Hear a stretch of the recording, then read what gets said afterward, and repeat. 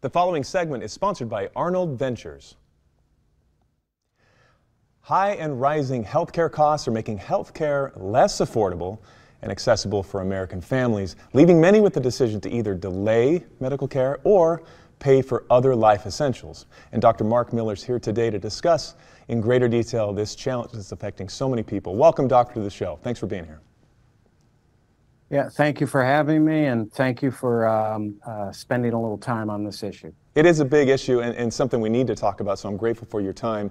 So can you tell us what is it that's driving higher healthcare costs, and how does this impact patients? Okay, so I'm sure you know that there are many factors that drive healthcare costs, but the one that I'm focused on today are the billing practices of large hospital systems. And there's a couple of things that have been going on. One is large hospital systems have been purchasing smaller hospital systems. They become very consolidated in the market, and they're able to raise their prices.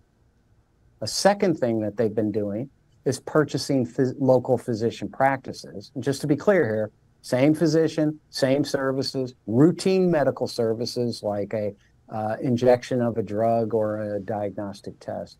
And then the hospital raises the price in the physician office or renders a second bill. You get your usual physician bill, but then you get a second physician bill on top of that.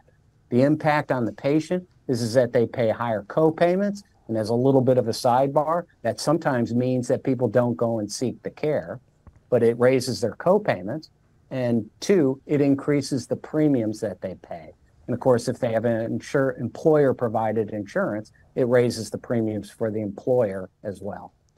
It is insane sometimes how much it's getting costly. I'm looking at bills, and it's all confusing as well in the insurance industry. So thank you for being here to help us clarify these things. There's a term that's out there that we're hearing a lot of. It's called site neutral in healthcare these days. Can you explain what that term means and how it helps patients? Yeah, certainly try to. So what site neutral is intended to do is to make these practices illegal so that a hospital can purchase a physician practice if that's the economic decision that the two actors want to make. But then the hospital can't render the second facility bill or bill for the same services in the physician office at a higher hospital rate. The benefit for the patient, co-payments go down. And so hopefully those access problems also become less frequent, but they pay less out of pocket, more likely to seek care.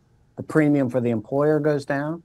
And then to the extent that this is happening in Medicare, which it is, the co-payments go down for the Medicare patients, premiums go down, and then the taxpayers' portion of that premium also goes down.